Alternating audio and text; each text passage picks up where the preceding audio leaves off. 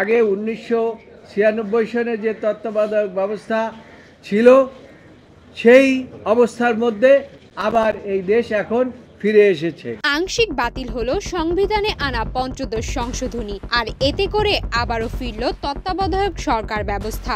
17 December বেলা 12টার দিকে বিচারপতি ফারা মাহবুব ও বিচারপতি দেবাশিস রায় চৌধুরীর হাইকোর্ট বেঞ্চ তত্ত্বাবধায়ক সরকার বাতিল সহ বেশ কিছু বিষয়ে সংবিধানের পঞ্চদশ সংশোধনী কেন অবৈধ হবে না এই মর্মে জারি করা রুলে এ রায় ঘোষণা করেন। এর আগে 5 ডিসেম্বর রুলের উপর শুনানি শেষে রায় ঘোষণার এই দিন ধার্য করা হয়। পঞ্চদশ সংশোধনী চ্যালেঞ্জ করে গত 18 আগস্ট রিট আবেদন করেন সুশাসনের জন্য নাগরিক সুজনের সম্পাদক বদিউর আলম মজুমদার সহ 5 ব্যক্তি। প্রাথমিক শুনানি নিয়ে হাইকোর্ট গত 19 আগস্ট রুল দেয়। পঞ্চদশ সংশোধনী কেন সংবিধানের সঙ্গে সাংঘর্ষিক ঘোষণা করা হবে না তা জানতে চাওয়া হয় রুলে। পরে বিএনপি, গণফোরাম, বাংলাদেশ জামায়াতে ইসলামী সহ কয়েকটি সংগঠন এবং কয়েকজন ব্যক্তি এই রিট মামলায় পক্ষভুক্ত হয়। জনগণের ভোটের অধিকার হরণের জন্যই সমস্ত অ্যামেন্ডমেন্টগুলো করেছিল। তার মধ্যে অন্যতম হচ্ছে এই 15th অ্যামেন্ডমেন্ট।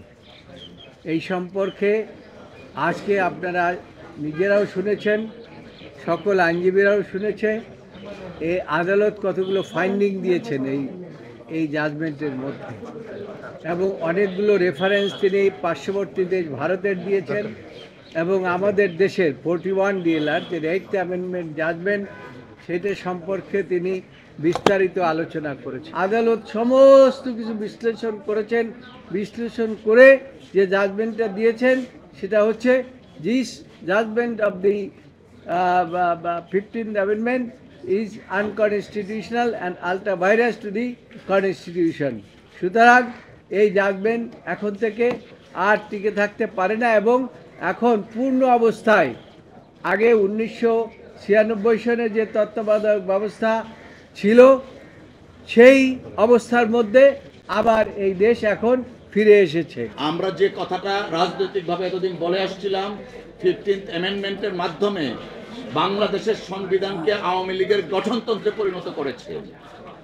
আজকে মহামান্য আদালতের রায়ের মাধ্যমে তাই প্রমাণিত হয়েছিল। 15th অ্যামেন্ডমেন্ট করা হয়েছিল আওয়ামী লীগকে চিরস্থায়ী বন্দোবস্ত এবং শেখ হাসিনাকে চিরস্থায়ীভাবে প্রধানমন্ত্রী করার জন্য। প্রথমটা হচ্ছে 7 ক, যার মাধ্যমে বলা হয়েছিল, যেটা ভেগ আদালতের বক্তব্য, এটা হচ্ছে সম্পূর্ণ অস্পষ্ট সংবিধান সংশোধনী, যার মাধ্যমে কোনো অসাংবিধানিক পন্থায় কেউ যদি ক্ষমতা গ্রহণ করে তাহলে তিনি সর্বোচ্চ রাষ্ট্রীয় শাস্তি কে করবে, এটাকে আদালত বলেছে এটা সম্পূর্ণ সংবিধানের সঙ্গে অসঙ্গতিপূর্ণ এবং এটা সম্পূর্ণভাবে অস্পষ্ট। সে কারণে সংবিধানের 7 ক অনুচ্ছেদ বাতিল করেছেন। সংবিধানের 7 খ অনুচ্ছেদের মাধ্যমে বলা হয়েছিল যে কতগুলো সংবিধানের অনুচ্ছেদ যেগুলো পরবর্তী কোনো সংসদও বাতিল করতে পারবে না।